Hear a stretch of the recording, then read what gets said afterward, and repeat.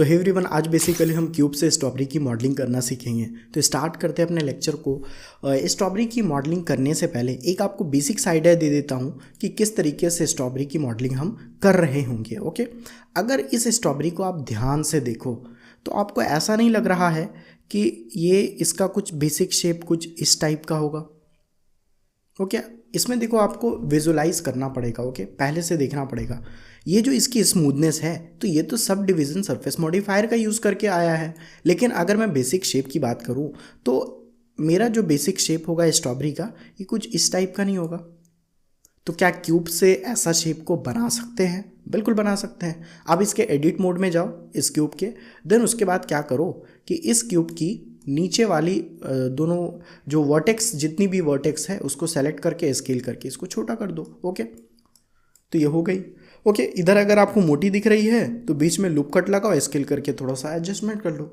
तो इस तरीके से हम इस वीडियो में इसकी मॉडलिंग कर रहे होंगे। ओके, चलो आगे देखते हैं। अगर आपको कहीं पर भी डाउट्स आती है, कहीं पर भी आप फंस जाते हो, आप मुझसे डायरेक्टली बात कर सकते हैं। साथ ही साथ आप टेलीग्राम पर ऐड हो सकते हो, जहाँ पर आपको हर अपडेट्स मिल रहे होंगे। ओके, चलो तो ब्लेंडर पर जंप करते हैं।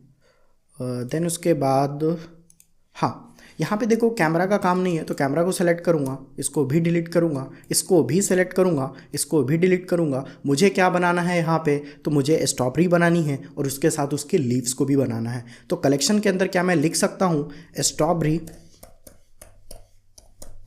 ओके, देन उसके बाद मुझे लीव्स भी बनानी है तो उसके बाद मैं क्या करता हूँ, लीव्स लग देता हूँ। ओके, स्पेस बार मैंने दबाया, देन मैंने लीव्स लिख दिया।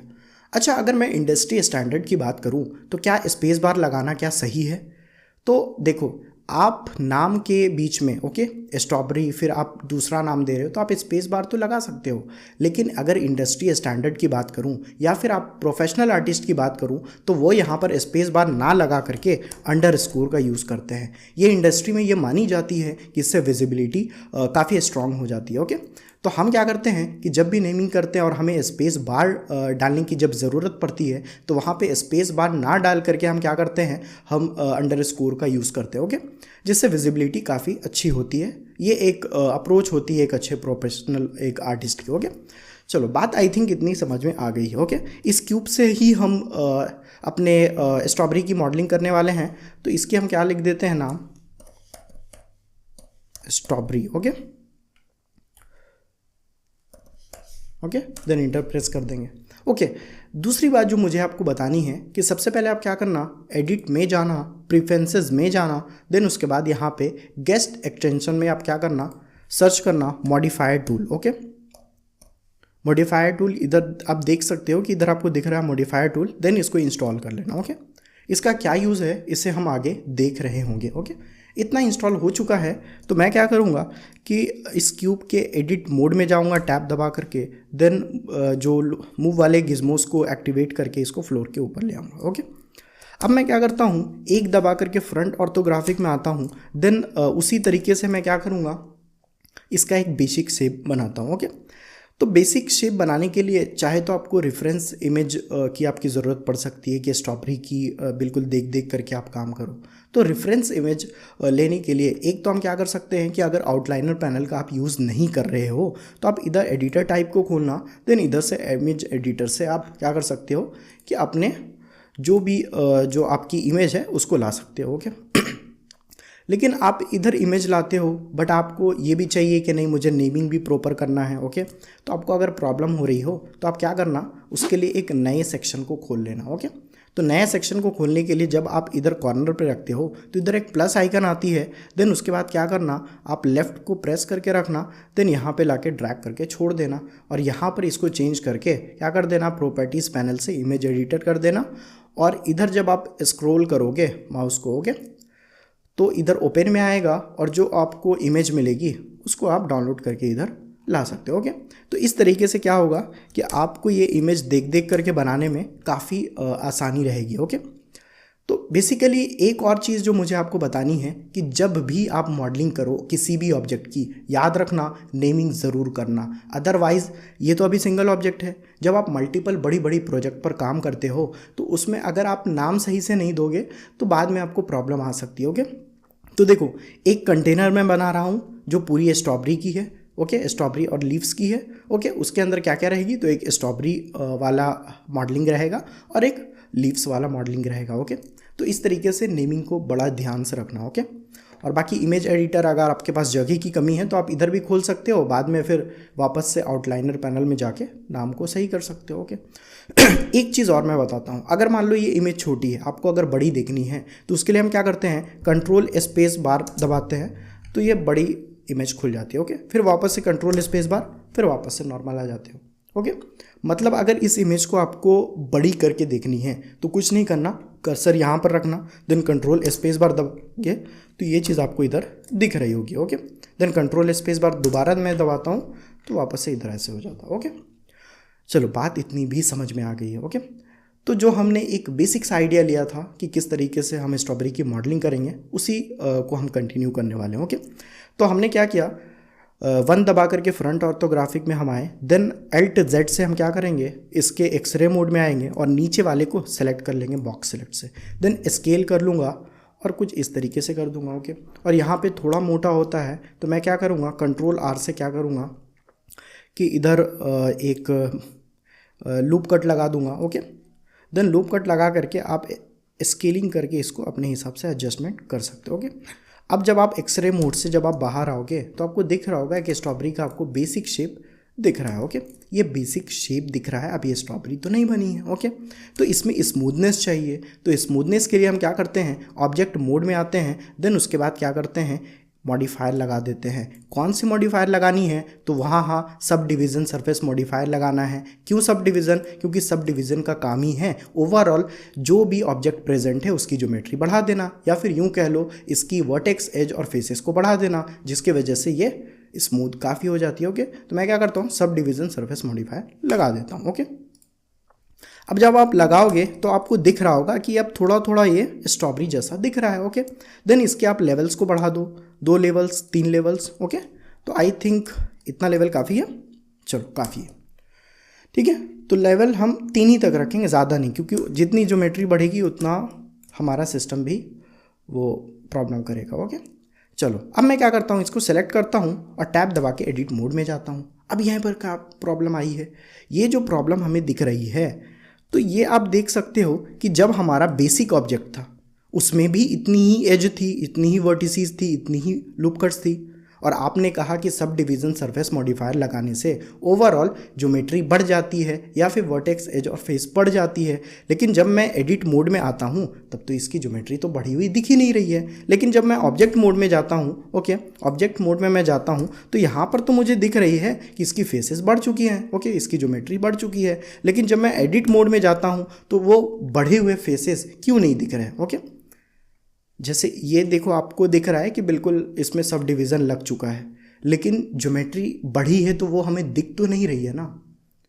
तो एक अच्छी बात बताता हूँ, ब्लेंडर में क्या करते हो, जब आप मॉडिफायर को लगाते हो, सब डिवीज़न सरफेस मॉडिफायर को लगाते हो, तो ये ज्योमेट्री तो उस ऑब्जेक्ट की बढ़ाती है, उस ऑब्जेक्ट को स्मूथ तो करती है, उस ऑब्जेक्ट की वर्टिसेस तो बढ़ाती है, लेकिन अगर उसे आपको देखना हो तो वो दिखाई नहीं देती है, क्योंकि ये फेक ज्योमेट्री बढ़ाती है। मतलब ये आपको दिख रहा है कि ये लग चुका है, लेकिन एक्चुअल में ये फेक है। अगर आप चाहते हो कि इस पूरे जो ऑब्जेक्ट में जितनी ज्योमेट्री आपने बढ़ाई है वो मुझे दिखे, अभी क्या हुआ है कि अप्लाई हुआ है लेकिन दिखा नहीं है, तो देखने के लिए हम क्या करते हैं, वापस से ऑब्जेक्ट मोड में जाते हैं और हम क्या करते हैं, इस सब डिवीज़न सरफेस मॉडिफायर को अप्लाई कर देते हैं, ओके। तो अप्लाई करने का इधर भी आप क्या कर सकते हो कि ड्रॉप डाउन कर सकते हो, ओके, ड्रॉप डाउन करके अप्लाई कर सकते हो। देन उसके बाद अप्लाई ऑल पे भी करते हो, तो जितनी भी नीचे मॉडिफायर्स होती है तो इस तरीके से आप कर सकते हो। तो अभी जो हमने एक एक्सटेंशन यूज़ की थी मॉडिफायर टूल, तो वो बेसिकली यही चीज़ है।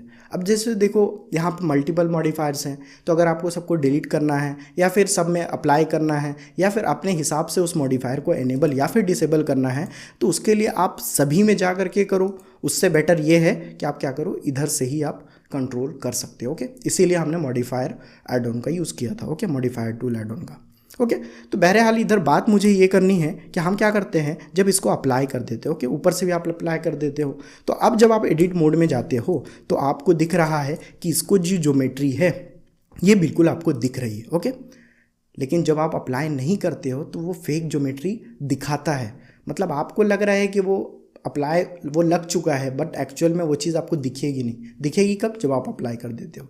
और एक बात ध्यान रखना, मॉडिफायर जब आपको बहुत ज़रूरत हो तभी आप उसको अप्लाई करना, अदरवाइज़ अप्लाई नहीं करना। क्योंकि आज आप अप्लाई कर देते हो, कल को चाहते हो कि उसमें कुछ कुछ चेंजेस करना।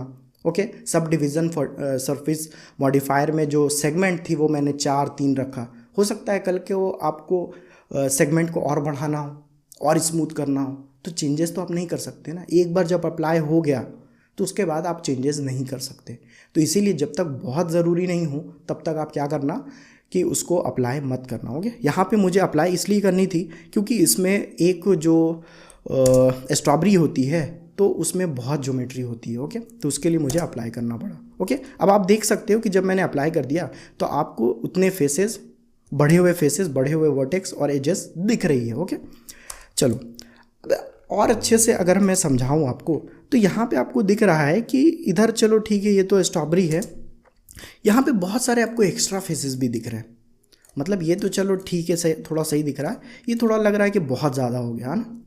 तो हम क्या करते हैं, इसकी एक्स्ट्रा जो फेसेस हैं या फिर एक्स्ट्रा ज्योमेट्री को रिमूव करते हैं। एक्स्ट्रा ज्योमेट्री को रिमूव करने के लिए हम एक और मॉडिफायर लगाते हैं जिसका नाम है डेसिमेट मॉडिफायर। ओके, तो देखो हम क्या करते हैं, टैब दबा करके वापस से ऑब्जेक्ट मोड में आएंगे, ऐड मॉडिफायर में जाएंगे, देन डेसिमेट मॉडिफायर को अप्लाई कर देते हैं। ओके, देन उसके बाद आप क्या करना, अन सब डिवाइड पे जाना, देन आइट्रेशन को 1 कर देना। ओके, ये किस लिए यूज़ किया जाता है? तो ये इसलिए यूज़ किया जाता है अगर मान लो किसी भी मैश में अगर ज़्यादा फेसेस हैं, ज़्यादा ज्योमेट्री है तो उसको ये कम कर देता है, या फिर आप चाहते हो कि बस इसमें इवन नंबर ऑफ ज्योमेट्री हो या फिर ऑड नंबर ऑफ ज्योमेट्री हो, ऑड नंबर ऑफ फेसेस हो, उसके लिए हम डेसिमेट मॉडिफायर का यूज़ करते हैं। ओके, तो हमने क्या किया, डेसिमेट मॉडिफायर लगा दिया उस पर। ओके, चलो फिर से वापस से एडिट मोड में जाते हैं, तो यहाँ पर तो आपको वही प्रॉब्लम दिख रही है, बस आपको डेसिमेट मॉडिफायर ऑब्जेक्ट मोड में तो दिख रहा है बट एडिट मोड में तो नहीं दिख रहा है। तो इसका सिंपल सा वही मतलब है कि आपने डेसिमेट मॉडिफायर को अप्लाई ही नहीं किया है। तो मैं क्या करता हूँ, वापस से ऑब्जेक्ट मोड में जाता हूँ और इसको क्या कर देता हूँ, अप्लाई कर देता हूँ। आप इधर से भी कर सकते हो और इधर से भी कर सकते हो। ओके, तो अब ये जब अप्लाई हो गई है, अब जब आप टैब दबा करके वापस से एडिट मोड में जाते हो तो इधर आपको दिख रहा होगा कि जो एक्स्ट्रा जो ज्योमेट्री थी वो ख़त्म हो चुकी है, या फिर यूँ कह लो एक्स्ट्रा फेसेस हट गई है। ओके, चलो इतनी बात समझ में आ गई है। चलो देन मैं क्या करता हूँ कि फेस मोड को एनेबल करता हूँ, देन मैं क्या करता हूँ, ए करके सेलेक्ट ऑल करता हूँ, देन कंट्रोल बी से बेवलिंग करता हूँ। ओके, बेवलिंग करता हूँ कुछ इस टाइप से। ओके, ओके, तो मैंने इतनी बेवलिंग की, देन उसके बाद मैं क्या करता हूँ, कंट्रोल आई सेलेक्ट करता हूँ। कंट्रोल आई का यूज़ कहाँ किया जाता है? तो बेसिकली इन्वर्ट सिलेक्शन के लिए किया जाता है। मतलब आप कि मैश के अंदर आप चाहते हो कि सेलेक्टेड ऑब्जेक्ट डीसेलेक्ट हो जाए और डीसेलेक्टेड ऑब्जेक्ट सेलेक्टेड हो जाए, तो उसके लिए हम इन्वर्ट कमांड का यूज़ करते हैं। ओके, तो यहाँ पे ये जो चीज़ आपको दिख रही थी ये सिलेक्टेड थी, ये वाली फेसेस सेलेक्टेड थी। मैं चाहता हूँ कि ये जो चौकोर है ये सिलेक्टेड हो जाए, तो उसके लिए मैंने क्या किया, इन्वर्ट सिलेक्शन का यूज़ किया, कंट्रोल आई दबा करके। ओके, तो ये सिलेक्ट हो गई। ओके, अब ऑब्वियसली आपको भी देख के लग रहा होगा कि ये जो चौकोर है ये थोड़ा अंदर की साइड है ना, तो अंदर की साइड है तो हमें भी अंदर की साइड पे ले जाना पड़ेगा। ओके, तो अंदर की साइड ले जाने के लिए हम क्या करते हैं, हम इंसर्ट करते हैं। ओके, अंदर की साइड इसको ढकेलते हैं, तो Alt E करेंगे। तो अब मुझे ये बताओ कि एक्सट्रूड तो करना है, अंदर की साइड करना है, तो फेस अलोंग नॉर्मल कर सकते हो? नहीं, जब नॉर्मल करते हो तो वो मतलब ओवरऑल वो अंदर की साइड जाएगा, लेकिन मैं चाहता हूँ कि जो हर फेस है वो सब फेस अपना अपना अंदर जाए। ओके, तो उसके लिए हम क्या करते हैं कि एक्सट्रूड तो करते हैं अंदर की साइड बट इंडिविजुअल फेसेस को सेलेक्ट करते हैं। ओके, अब इधर ये जो जा रहा है तो सभी जितना भी है तो सब अपने हिसाब से वो अपना एक्सट्रूड अंदर की साइड हो रहा है। ओके, अदरवाइज़ क्या होता है कि आप वो वाला लगाते तो वो सभी पर ओवरऑल लग जाता। ओके, चलो अब आपको देख के लग रहा होगा कि ये बेसिक स्ट्रॉबेरी का शेप तो दिख रहा है। ओके, चलो बात इतनी भी समझ में आ गई है। ओके, अब इधर आपको क्या बनानी है, बीज बनानी है या फिर इसकी सीड्स को बनाना है। तो उसके लिए हम क्या करते हैं, ये जो आपकी पिवट पॉइंट है इसको आप क्या करना, इंडिविजुअल ओरिजिन पे सेट करना, देन स्केल दबा करके इसको थोड़ा सा ऐसे कर देना। ओके, अब बिल्कुल आपको दिख रहा होगा, बिल्कुल एक स्ट्रॉबेरी जैसा दिख रहा होगा। ओके, तो इतना ला करके छोड़ देंगे, स्केल हो गया, कंफर्म आप कर दो लेफ्ट दबा करके, देन Alt E को प्रेस करो और क्या करो, इसको भी क्या करो, ऊपर की साइड इसको ढकेल दो। ओके, सॉरी एक्सट्रूड कर देना है, लेकिन इधर फेसेस के अलोंग करना है। ओके, क्योंकि वो अंदर की साइड कर रहे थे तो वो सभी का इंडिविजुअल होना चाहिए, बट इधर तो मुझे आगे करना है, तो इस तरीके से हम कर सकते हो। ओके, आई थिंक इतना सही है। देन S दबाओ और Z एक्सिस के अलोंग इसको स्केल करके थोड़ा कुछ इस टाइप का कर दो। ओके, दिख रहा है आपको। चलो अब हम क्या करते हैं, टैब दबा करके वापस से ऑब्जेक्ट मोड में आते हैं। अब आपको दिख रहा होगा कि एक बेसिक शेप तो दिख रहा है स्ट्रॉबेरी का, बट आपको तो बिल्कुल अच्छे से चाहिए, बिल्कुल एकदम स्मूथ वाला है स्ट्रॉबेरी। तो इसके लिए हम क्या करते हैं, वापस से इसको स्मूथ बनाने के लिए हम सब डिवीज़न सरफेस मॉडिफायर को यूज़ करते हैं। ओके, तो आपने देखो यूज़ किया, देन आपको लग रहा है कि थोड़ा और इसमें स्मूथनेस चाहिए, तो क्या करो, इसके लेवल्स को बढ़ा दो। ओके, तो 3 लेवल्स ठीक है।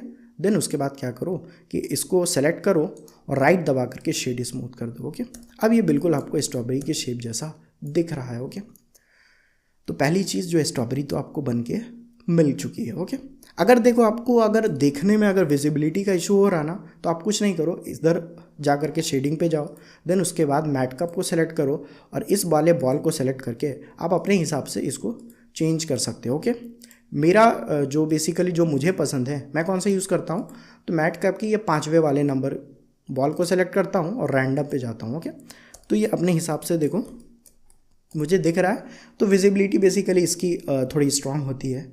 और एक चीज़ और, अगर आपको इसकी कलर बदलनी है तो आप कुछ नहीं करना, इसके नामिंग में चेंजेस करोगे ना तो खुद कलर बदल जाएगा। जैसे स्ट्रॉबेरी था तो मैं क्या करता हूँ, स्ट्रॉबेरी को काट करके बस स्ट्रॉ रहने देता हूँ। ओके, तो आप देखते होगे कि इधर कलर इसकी चेंज हो गई। ओके, अगर वाइट में आपको इशू नहीं है तो कोई बात नहीं, अदरवाइज़ आपको कलर चेंज करना है कि थोड़ा सा दिखने में आपको कलरिंग वगैरह आ जाए, तो आप इस तरीके से कर सकते हो। ओके, चलो ये पहली चीज़ तो बन चुकी है। दूसरी बात जो मुझे अभी आपको बतानी है वो मुझे ये लीव्स बना करके दिखानी है। ओके, तो लीव्स बनाने के लिए हम क्या यूज़ करेंगे, तो लीव्स बनाने के लिए हम बेसिकली प्लेन का यूज़ करते हैं। प्लेन जो मैश है उसको आप जनरली यूज़ किया जाता है जाली बनाने के लिए या फिर लीव्स वगैरह बनाने के लिए, ये सारी चीज़ें, या फिर फ्लोर के लिए, इन सारी चीज़ों के लिए यूज़ किया जाता है। तो किस तरीके से लीव्स बनाते हैं वो अभी हम देख रहे होंगे। ओके, तो चलो यहाँ पर हम मुझे लीव्स बनाना। ओके, इस फ्लोर में मैं क्या करता हूँ, ऑब्जेक्ट मोड में एक नए मैश को ले लेता हूँ। ओके, देन टैब दबा करके एडिट मोड में जाता हूँ, 7 दबा करके टॉप ऑर्थोग्राफिक में आता हूँ, देन वर्टेक्स सिलेक्शन में जाता हूँ। ओके, वर्टेक्स मोड ऑन है, देन इसको अपने हिसाब से क्या करता हूँ, स्केल करता हूँ एक्स एक्सिस के अलोंग। ओके, और इसको भी ऐसे आप स्केल करो और इधर आप लूप कट्स लगा सकते हो अपने हिसाब से।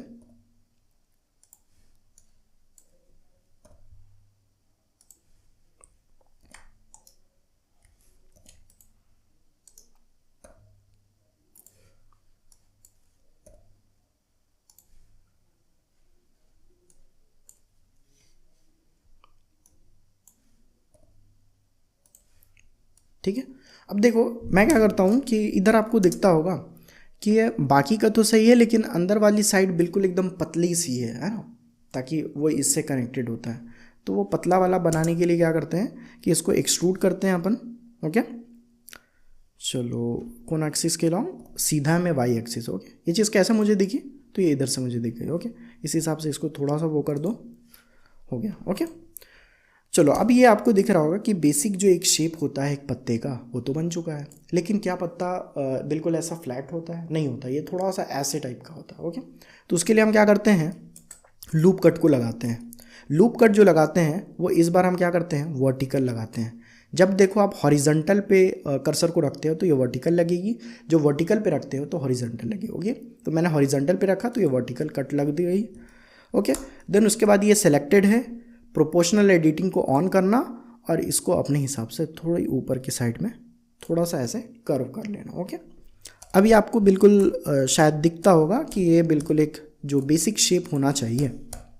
ओके, तो ये आपको दिख रही होगी। ओके, अब आप क्या कर सकते हो, इसको ऑब्वियसली इसको और स्मूथ बनाना है। ओके, तो इसके लिए मैं क्या करता हूँ, ऐड मॉडिफायर में सब डिवीज़न मॉडिफायर लगा देता हूँ। ओके, सब डिवीज़न सेगमेंट 2 सही है। ओके, देन उसके बाद शेड स्मूथ कर देता हूँ, तो इसका जो जैकेडनेस है वो तो ख़त्म हो गई है।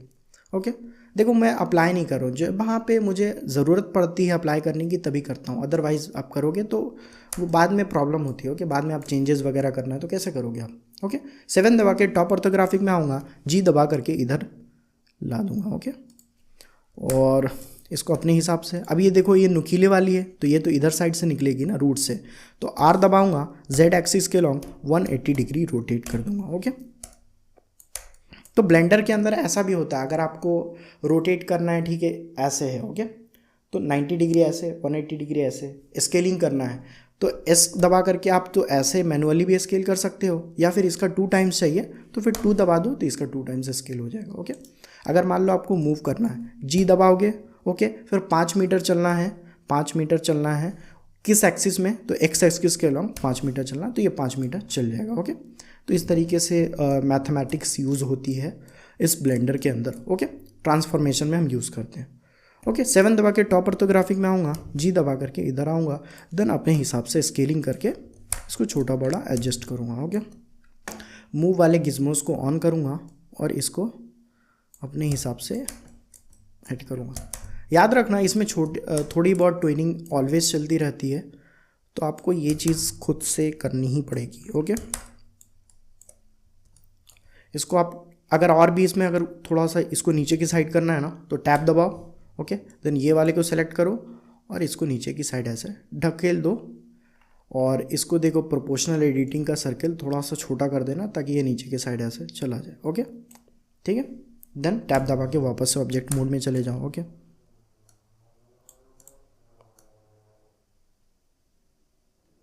ओके, 7 दबा के टॉप ऑर्थोग्राफिक में जाएंगे और जी से अपने हिसाब से एडजस्ट कर लेंगे। ओके, ये आई थिंक ये मिडिल में सही है।